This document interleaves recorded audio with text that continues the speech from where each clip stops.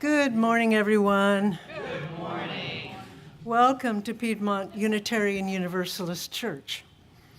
Piedmont UU sits on the traditional land of the Catawba, Keawe, and Sugary peoples. We honor them. My name is Elaine Deck, and I will be the service assistant this morning for the Reverend Dr. Amy Rio.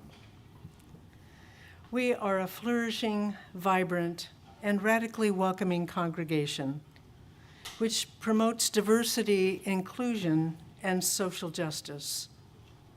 We provide a safe haven for creative intellectual growth, spiritual development, and a deep sense of community for all who join us.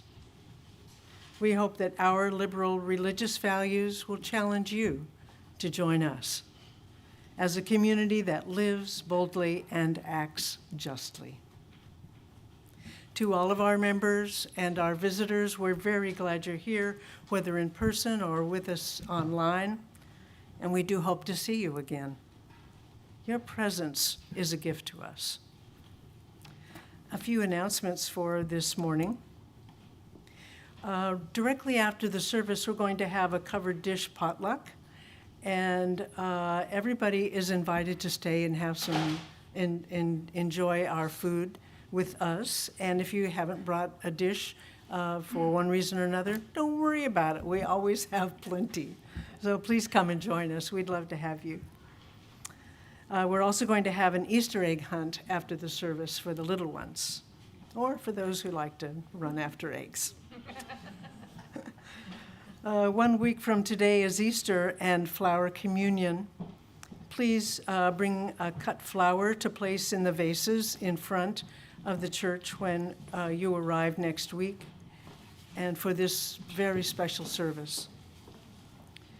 The women's group is going to be meeting this coming Tuesday here at the church. Around 12:30 we'll gather, so we hope you'll all join us, those of you who can. Excuse me? It's at my house. Excuse me. It's at Ann Lukaitis' house, and if you don't know where it is, we can give you a hint. This morning we have a guest with us, Betsy Blake. And she's the one with the camera. She's with us today to take photos of the congregation, for church communications, and for our new website that she is designing. So let us know if you have any concerns. Ask the hosts if you have any questions. And now, whatever brought you to this church at this time, we welcome you. May you find something you need, and may you leave richer in spirit than when you arrived.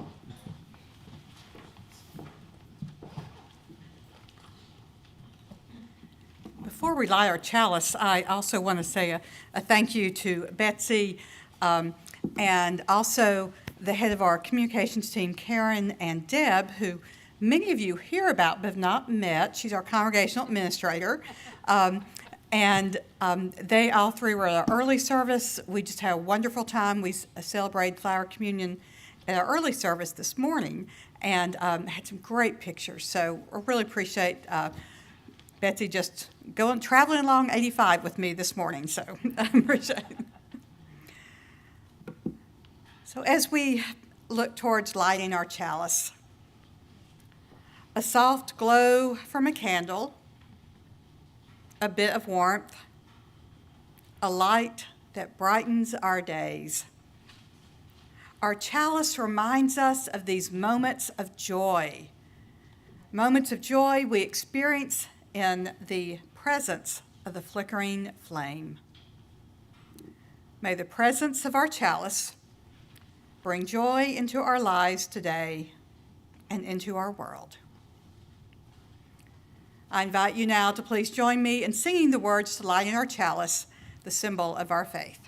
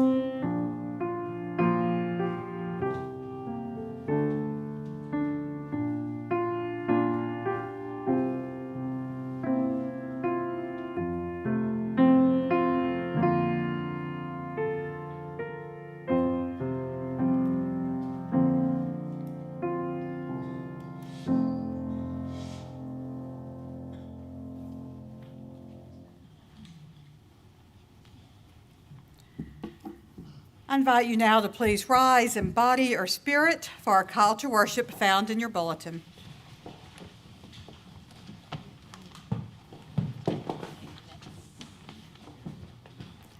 Please join me as we say this together. Let there be joy in our coming together this morning. Let there be truth heard in the words we speak and the songs we sing. Let there be help and healing for our disharmony and despair. Let there be silence for the voice within us and beyond us. Let there be joy in our coming together. Our opening hymn is found in our gray hymnal, number 126, Come Thou Fount of Every Blessing.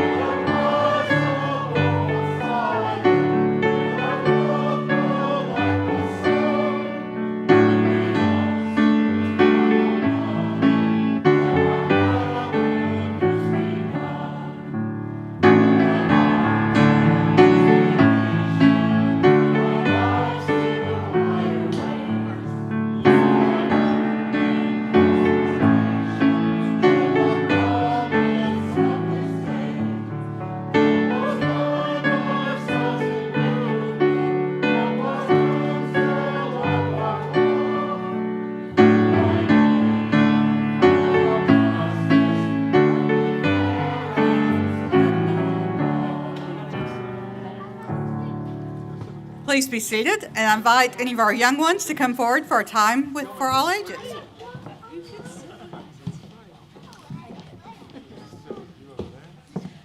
Good morning. Today's a pretty exciting day, and I'm really glad that I'm getting to see some faces I see every week, and some faces are returning, and I'm very happy to see you here. Do you know what's going on today? We are kind of celebrating Easter today because after service is done, we're having a potluck. Do you know what a potluck is? So a potluck is where, we also sometimes call it a covered dish. So that's where people bring hot dish, thank you, hot dish. Covered dish, hot dish, potluck, all of these words basically mean people bring food to share, and we all get together to eat this food. And during our potluck, hot dish, covered dish extravaganza, there will be an egg hunt for the children. Pretty exciting. So let me talk to you a little bit about how this is gonna go, okay? I'm gonna finish up here. I'm going to introduce our friend, Mr. Jack, who is in here. You have met him before. He's gonna come up and talk to you for a little bit. When he's done, I'm going to take the elementary aged kids, so that would be 1 and 2. We are gonna go to the RE room and we're going to do a little lesson. If you are under the age of 6, you're gonna go back to the nursery and you're gonna have a lot of fun playing in there with your other friends, and we're gonna have a really good time.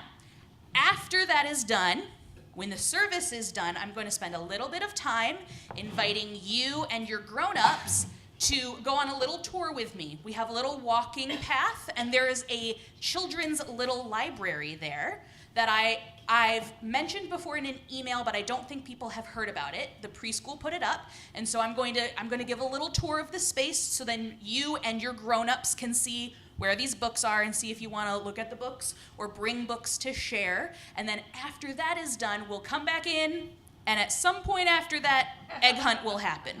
We might eat first and then do the egg hunt, or we might egg hunt and then eat. It really just depends on how things are going, how set up we are. All right, is that good for you? Yeah. Sounds great. Sounds great. I'm glad you're excited. I'm excited too. I'm going to invite Mr. Jack up to join us. He's got something in a box. What do you think he's got in that box? Ooh. Did you say nothing? You think he has nothing in the box? Do you think he just has an empty box? Is it Newbie? Ooh. You ruined the surprise. Is it alive? Yeah, well, it might be or it might not. Last time I was here talking to you guys, I introduced a new person to our group. Do you remember what his name was? Yes, yes. So I brought him back. Remember him? Okay, just a minute. Gotta get situated. Yeah, we do.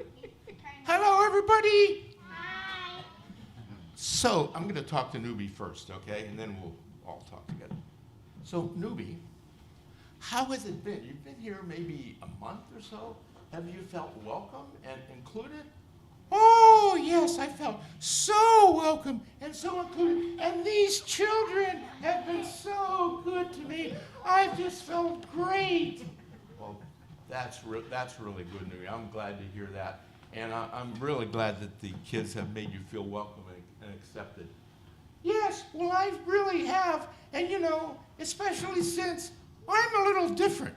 You're a little different? Really? Well, I'm a puppet, you know. Oh, so even though you're a puppet, you're a little different. It still didn't matter. You were included and accepted. Yes, that's right. That's right. So, kids, congratulations for making him feel accepted. Let me give you a fist bump. Boom. Well, that was a hard one. Boom.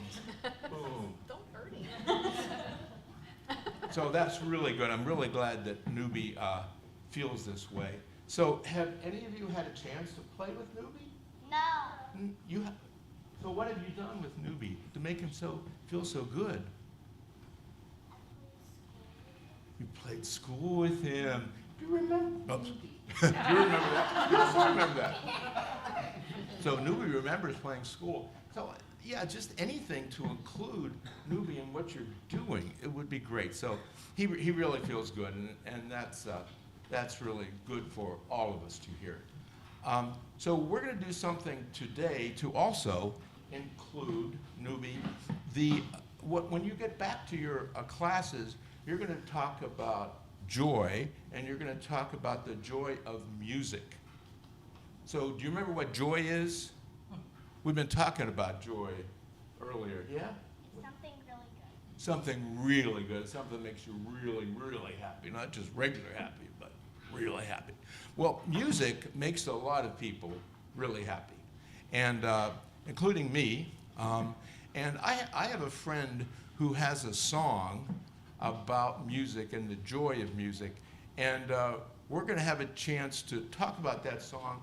And also, in a minute, we're going to be able to play some musical instruments to go along with that song.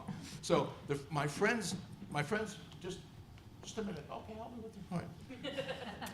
But my friend's name is Jeremiah. Jeremiah actually is a bullfrog. I know him. Do you? Yeah. A lot of us do. So I'm a certain age. Yeah. So he has a song that goes. It's really a nice. You'll get a chance later. He has a song that goes like this: joy to the world. So it's joy to everybody, and joy to the boys and girls, right? But not just people. Joys to everybody, the fishes in the deep blue sea, and joy to you and me. So if you would bring some instruments up, my assistant. You can start. Yeah, good. Do it. And perhaps could you help Newbie to participate in this too? So we're gonna give you some instruments. Who would like this one? Here's some bongo drums. Would you like this one? Okay, you know how to work it? Okay. You know, okay, this isn't really important because this one is a bullfrog.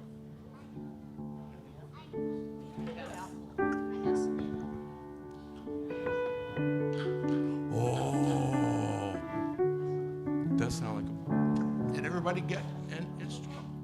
No. How's this? And Newbie needs one, yeah. Oh, maybe, yeah. Oh, big one.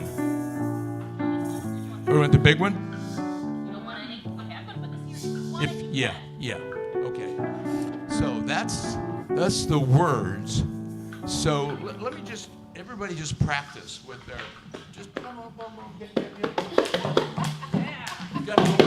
Oh, here we go. Okay, I think we've got it. Now, we're gonna play this through the song once, and 1, 2, 3.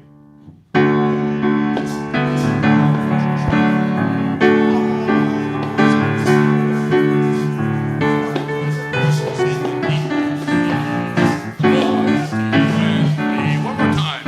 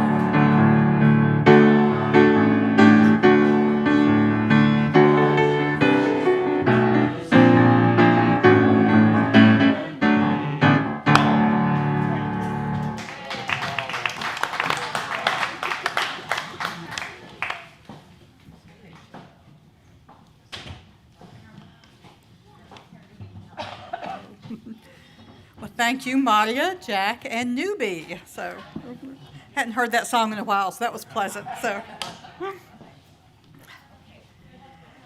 So we are now moving into our time for ritual and sacred sharing, a time where we share joys and concerns, milestones and sorrows. We light a candle first for Susan with her ongoing health concerns. For Ron F. at the Salisbury gathering, the cancer he has been dealing with has metastasized. And so Ron and Karen are dealing with that, and it's challenging days. For Little Feather with ongoing health issues. And then for Kevin, who is a former member and still close to some of our members here, who's been diagnosed with stage 4 cancer.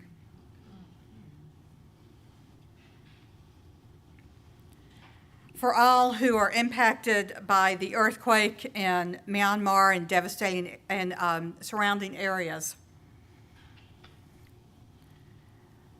For ongoing recovery efforts for all impacted by Hurricane Helene, the fires in California, and the storms which have been sweeping through the South and Midwest.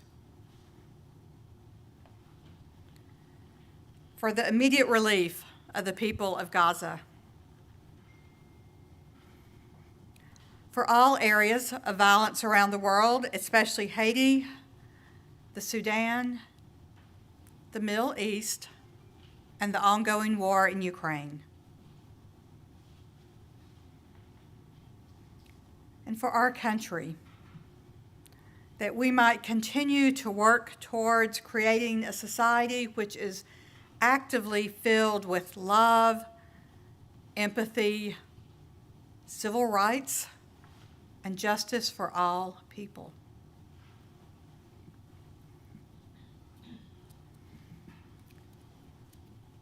Now, at this time, you are invited to come forward as you feel called to do so. You may please come forward along the far wall. You may fill out a prayer card to place on our prayer stand. You may light your own candle of joy or concern, or place a stone in our shared water together.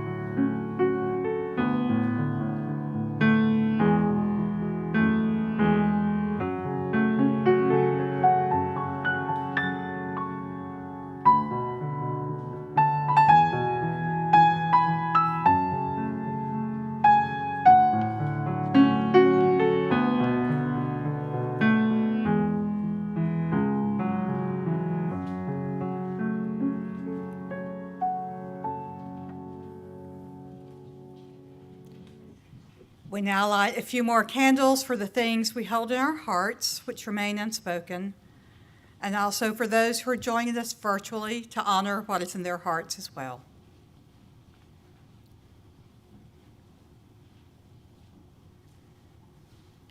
Now, at this time, we will enter into a period for quiet rest, meditation, or prayer. And what I ask is that each of us will settle more fully into our seats and slow down our breath. And as we gently breathe in and out, I invite you to breathe in joy. And as you exhale, to breathe out joy to those around you. So breathing in joy, inviting it into your own being, exhaling joy to share with others around us.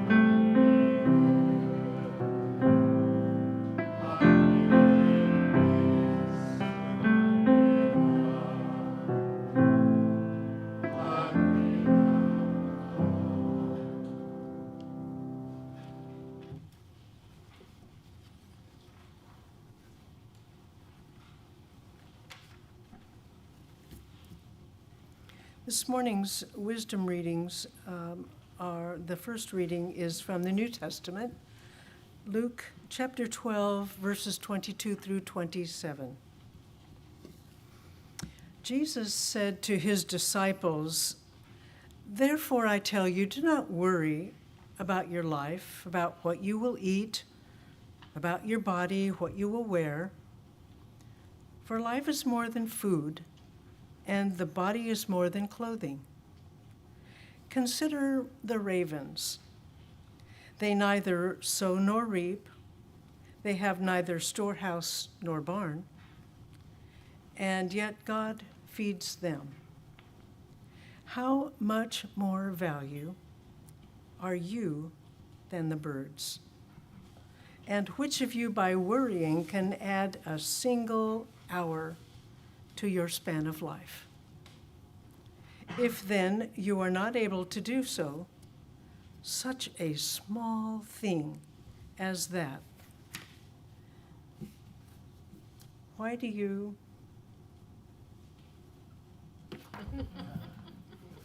Worry about the rest.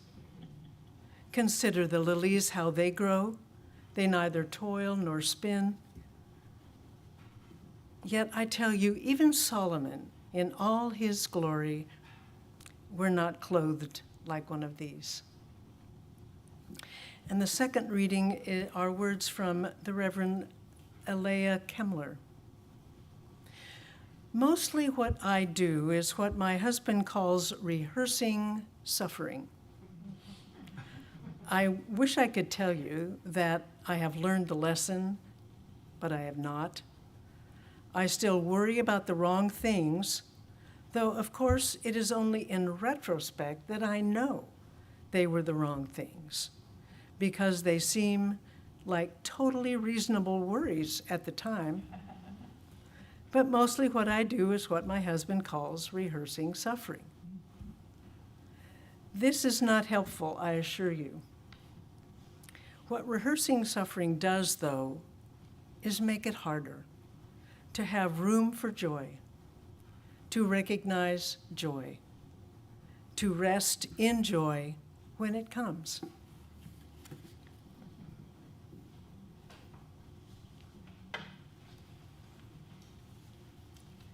Thank you, Elaine.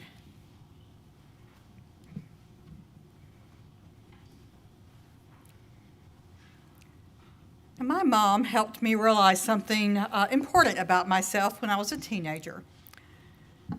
I am a highly skilled worrier. Some of you are with me in that. Mom could recognize it, not because she is. In fact, Mom, I was talking with her last night about the sermon. She said, "Oh, I should come preach that." I said, "No, it's those of us who are really good at worrying who need to preach it, not the ones who have it under control," right? But her mom, my granny, was a highly skilled worrier as well.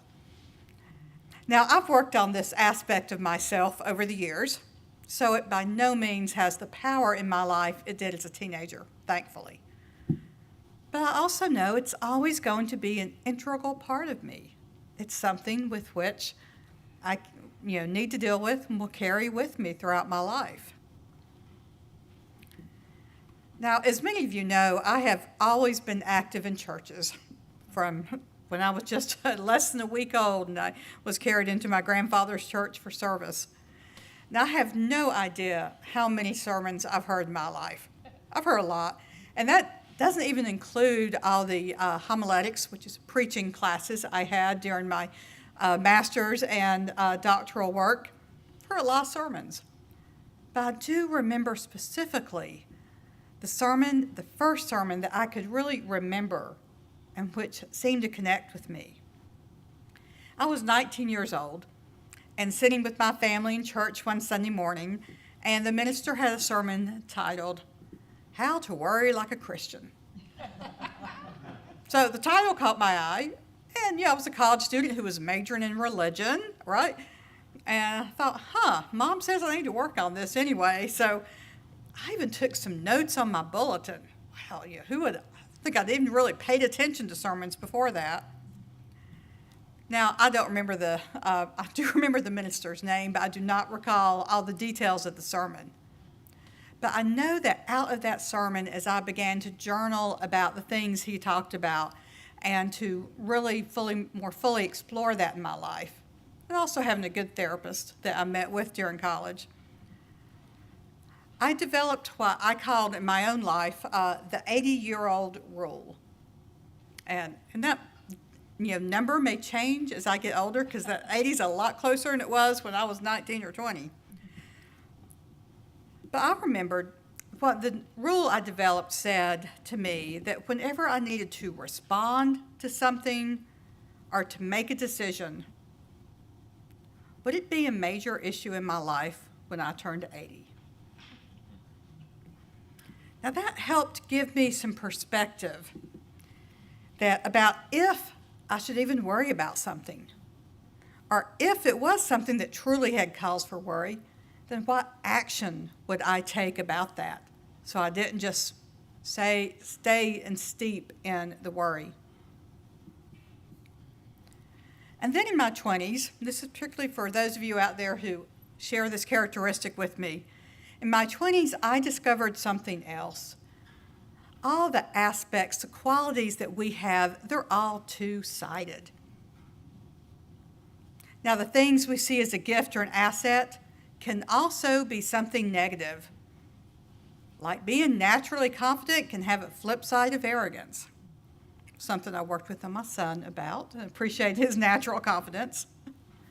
Or perhaps being a gifted artist has the potential to lead someone down a rabbit hole, just like Alice, to a world that's not necessarily real.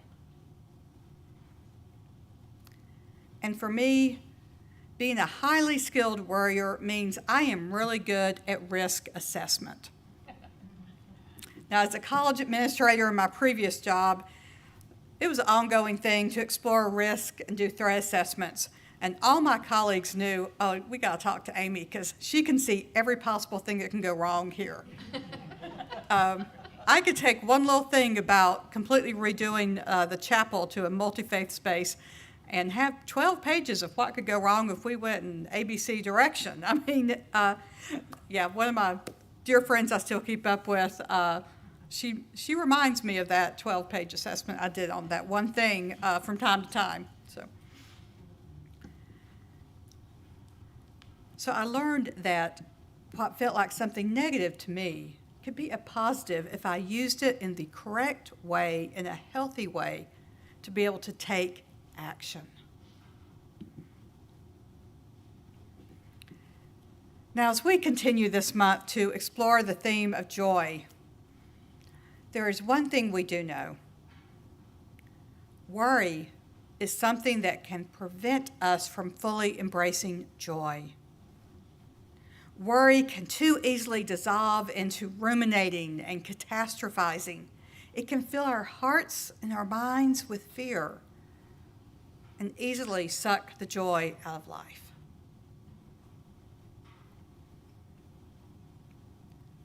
I was talking with a young woman who was talking about a new romantic relationship as it was just starting, and she was worrying, oh, is this going to go okay? I kind of like this guy. What's going to happen with this? And the worries kept going in her head, and she would start to ruminate and catastrophize, and things were really going fine, but she kept letting the worry suck the joy out of this new relationship that was growing. And she knew it. She was talking to me, reflecting about it, trying to see how to move beyond that worry. Because we know that our souls were meant to soar in joy. Our souls were meant to soar in joy. Now, we all also know that there are a lot of very challenging things going on in our world. And some of us have some very challenging things going on in our personal lives. Now, as we deal with these things, how do we keep worry in its appropriate place so that we are free to claim joy? Now, I'd like to offer 3 ways that we can claim joy in the midst of worry. It's not an exhaustive list. It's hopefully a place of a beginning for us. So firstly, to keep joy in the midst of worry, we can be present in the here and now. Present in the here and now. Now, it might be that what is worrying us, there is some action we can take to go ahead and deal with that. I had another colleague who once told me that if there was something about her work that was worrying her, that she would get in her office, the very first thing she would do was deal with that situation, whatever it was that was worrying her. And many of us would kind of put it off. Oh, I'll do all this other stuff, and then I'll deal with that later, because we're worried about it. And she said that once she stopped putting things off to later in the day and went ahead and dealt with it first thing, she was able to take action and the worry was released. She was present with what was going on in the situation, took action, and was able to find joy throughout the day. Now, if we cannot do anything at that present moment about what is worrying us, if there is no action we can take in that moment, then the worry is for naught. We are ruminating in our heads, and it's robbing us of joy. It devolves into ruminating and catastrophizing. And so we are called to find ways to be in the present where joy resides. Now, there are so many ways that we can be present in the here and now. We are present here with our community this morning. And a great opportunity for this here in the springtime is, as the old saying goes, to stop and smell the roses, right? Literally, stop, smell some of the beautiful flowers or budding trees around us. Great joy can come from being present with the beauty of creation around us, especially the new life that springtime offers. Now, there are countless other things that we can appreciate in the moment, in the present. A hug from a friend, a sense of accomplishment in a job completed, a song that we can't help but sing along with, like Jeremiah Was a Bullfrog, so a laugh along with a favorite TV show. When worry seeps in, robbing us of joy, let's return to the present moment, the here and now, and claim the joy which is offered to us. Opening our eyes, our ears, our hearts to the present moment will bring us joy.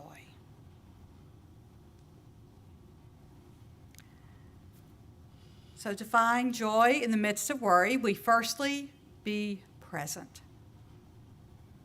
We secondly find joy in the midst of worry when we trust ourselves and trust the divine light within each one of us. Now, worry can come from so many different directions, but it's often from not feeling that we are in control of whatever is going on, or perhaps that the world is spinning out of control around us. Yes, there are things that we cannot control. We all know that.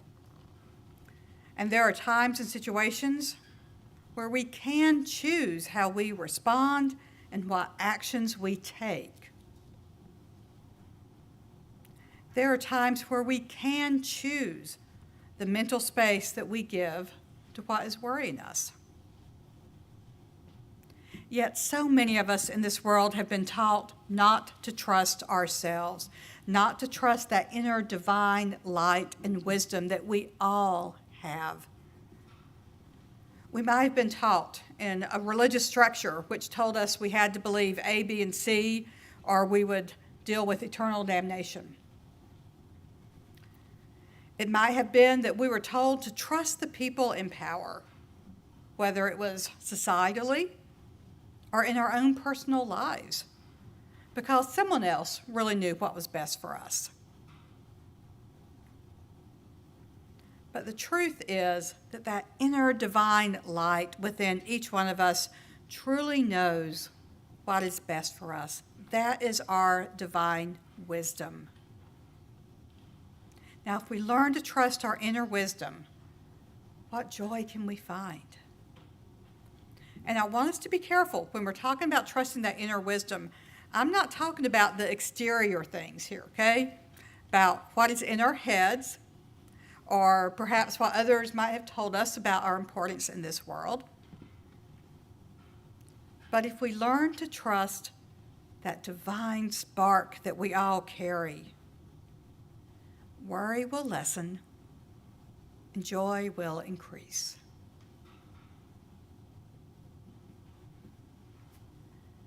Now, yesterday, I led a wonderful class on the spiritual journey for some of our visitors who are thinking about or exploring becoming members. And we did a soul collage activity. I know some of y'all have done soul collage, some for a number of years and some with me here in this space. A core aspect of taking images and putting them on a little piece of cardboard, taking these images, is to get out of our head and to trust that inner divine light. We let the divine light connect with these images we see before us instead of using our head to think, oh, I want to choose this. Oh, this is what I would like. Now, this is not an easy thing to do. It takes a lot of practice. Our society does not teach us to trust our own inner divine wisdom. It teaches us to trust what might be in our head, what kind of knowledge we might have gained, or to trust others outside of ourselves. But the greatest source of wisdom we hold is that divine flame. And that is what will bring us joy. So we claim joy in the midst of worry by being present, by trusting our inner divine light, and lastly, by intentionally finding and building connection. Now, there are different types of connections in this world. We have connections to ourselves, to others, to animals, to creation around us, to the universe. Connection empowers us to claim joy, to push worry to its appropriate place. And connection can be found in so many different ways. It doesn't always mean sitting face to face, although that's a wonderful way to connect. And I encourage us to do that as we are able. Connection can also be found in an ongoing text thread. I love the text I get all the time from the thread with both my children and my mom. Lots of great things every day. Connection might be in a small group, like a chalice circle or the women's gathering. It might be a book club discussion, like what Cups and Rainbow hold and our ethical explorations. It might be a walk in nature, like walking out to the Lending Library the preschool has just north of here, a wonderful little wooded space. Connection might be gazing at a full moon or making a wish on a star, the first star you see at night.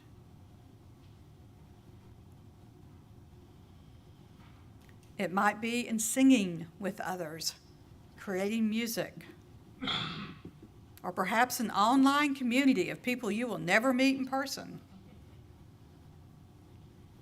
or silently lighting candles here together in this space. Connection is what is truly important in this world. Not dwelling on the things which worry us. We are called to claim joy, especially in the midst of worry. Now, we can do this by being present in the moment, learning to trust our inner divine light, and working towards connection. Now, we all know there's so much that we can worry about in today's world, things both big and small. Claiming joy in the midst of worry, it's a process, it's a journey, it's a dance. Some days will be much easier than others as we go along this dance. But like anything worthwhile, with practice, it does get easier. So today, we claim joy. May it be so. Blessed be. Amen.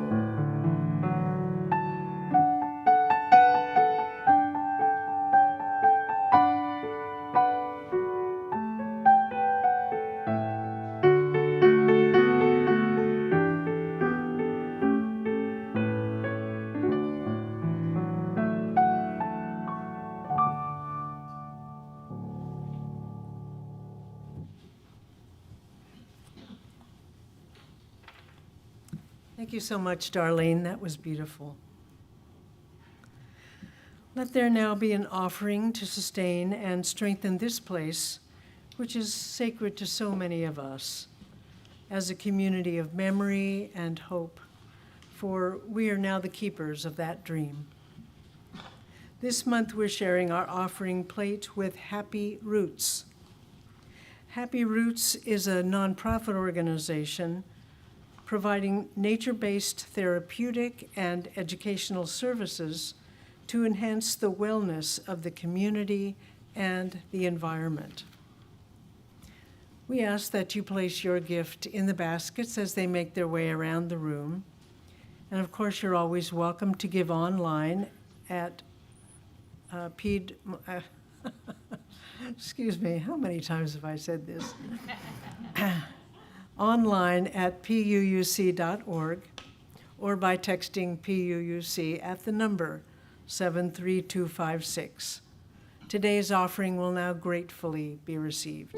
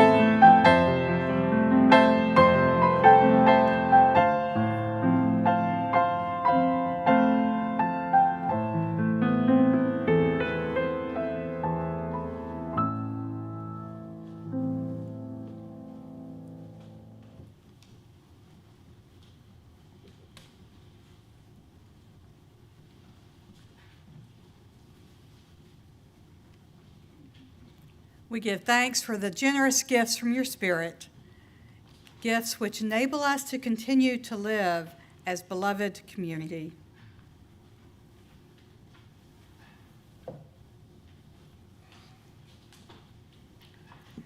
I invite you now to please rise and body your spirit for our closing hymn, number 354, We Laugh, We Cry, in our great hymnal.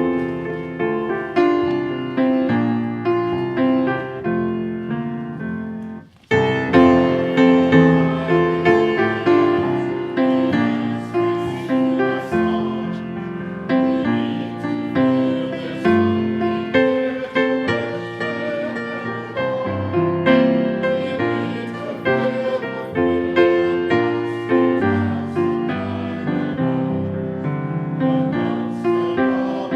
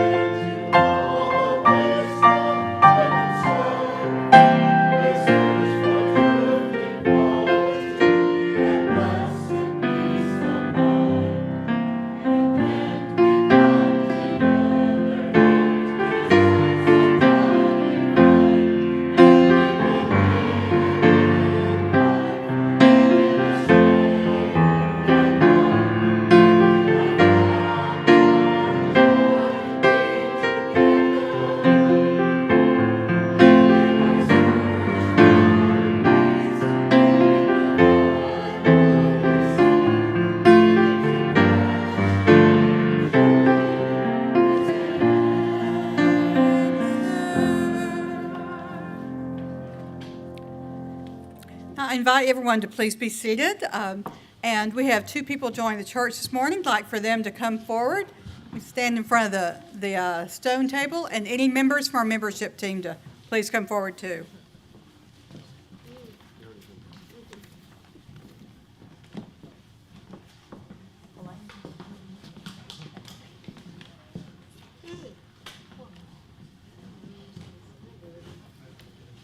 Oh, and yeah, they need a.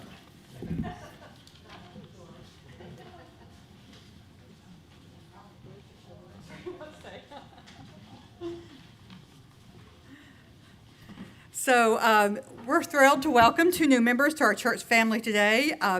And Ray and Linda are going to look familiar to those of you who've been around for a while. Okay, they first joined back in 1990, and we are so excited to have them rejoining us again today and have them back here with our church family. They are committing today to support our church community with their time, talents, and treasures. Now, Linda is a mom to 3 wonderful sons, Grammy to 4 beautiful grandchildren, and wife to Ray. So, now professionally, she is a coach and facilitator, helping leaders and their teams work together more effectively and strategically. She chairs the board of directors of Safe Alliance and enjoys travel, reading, and college basketball. And apparently, Linda and I don't pull for the same team, but we've agreed we're gonna work through this. So. Yeah. Oh, okay. Ray, we'll talk later about that. Okay. So Ray is a retired American history and government teacher. He now spends his time reading, researching, and writing about American history and walking with a purpose to the store, to the barber, to the bank, etc., and hiking. And he enjoys 2 book clubs. He's been active in our ethical explorations here and also a history book club.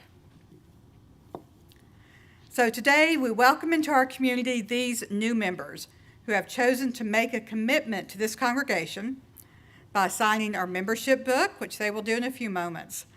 They commit to support our church through their time, talents, and treasures. New members, I have a couple questions for you. We are so glad to have you here with us and that you have chosen this community of fellow seekers to travel with you on your life's journeys.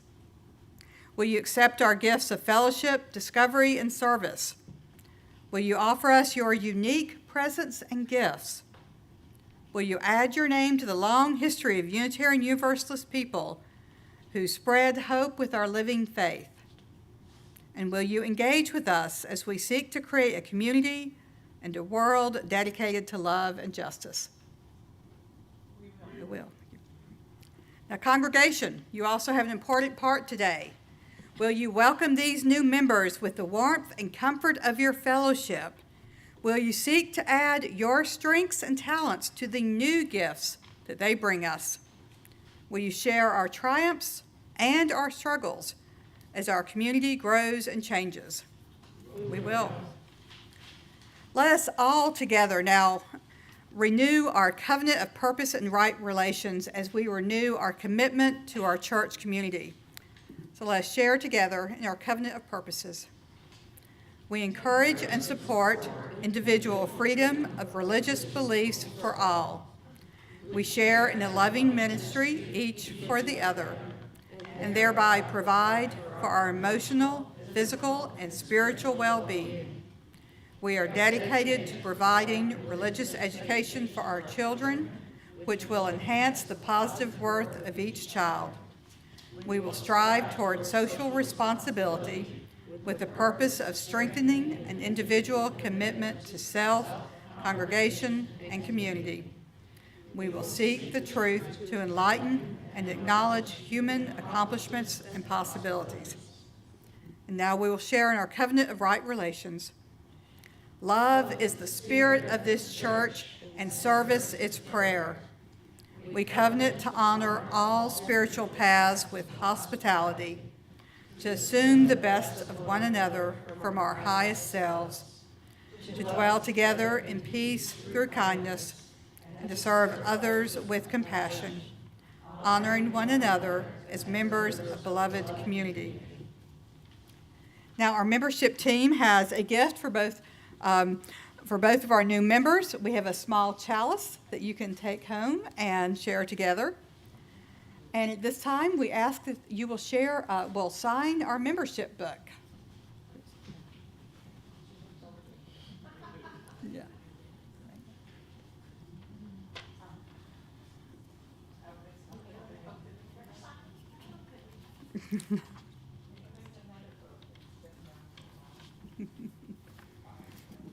Yeah, that is a newer book, anyone who's been around for a while, because the old book got filled up, so, yes. And our wonderful Michelle made this book, so. All right, if y'all want to sit back down, and actually I'll invite everyone to stand up, but certainly after service, please come and welcome Ray and Linda.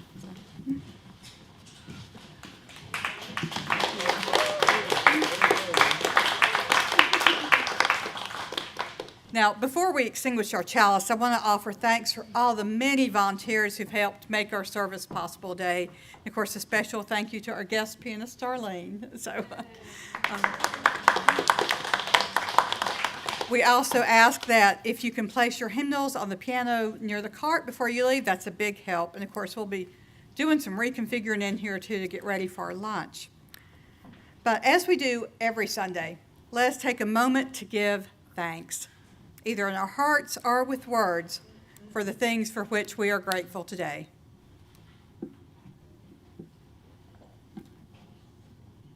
Sunshine. Yes, sunshine. Yes. I'm grateful for my grandson Anson, who was engaged this week. Oh. To a girl that we call. Okay, Anne is grateful her grandson Anson was engaged this week, thankfully to a girl they love. So, I just want to say this place is hopping. It's got so many things going on, and it's a joy.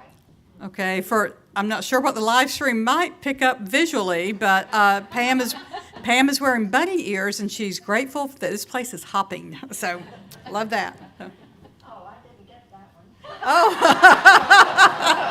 Oh, you're not there. Fun was not intended. Yes, Harry. Grateful to have Ray and Linda rejoin the church family. Yes, very grateful to have Ray and Linda rejoin us. So, So I'm gonna try not to cry when I say this.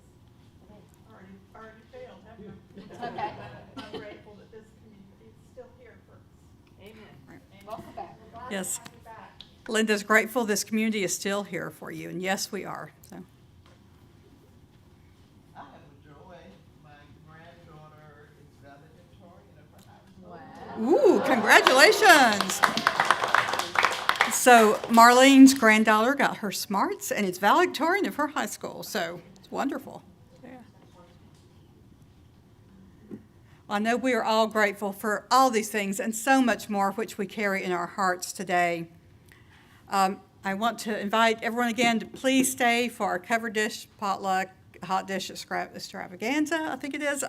And even if you didn't bring food, we always have enough. Please stay. We want you to be here with us. And we offer blessings on the food and the hands that have prepared it. Let us go forth, releasing our worries to the wind and claiming the joy that is before us. We now extinguish our chalice, but we carry its light and its warmth and its meaning with us until we meet again. May we go in peace and go in joy, and believe in joy and create joy wherever we wander. Now for our closing song, we form a circle, and you may hold hands if you would like to, or you may simply place your hands on your heart.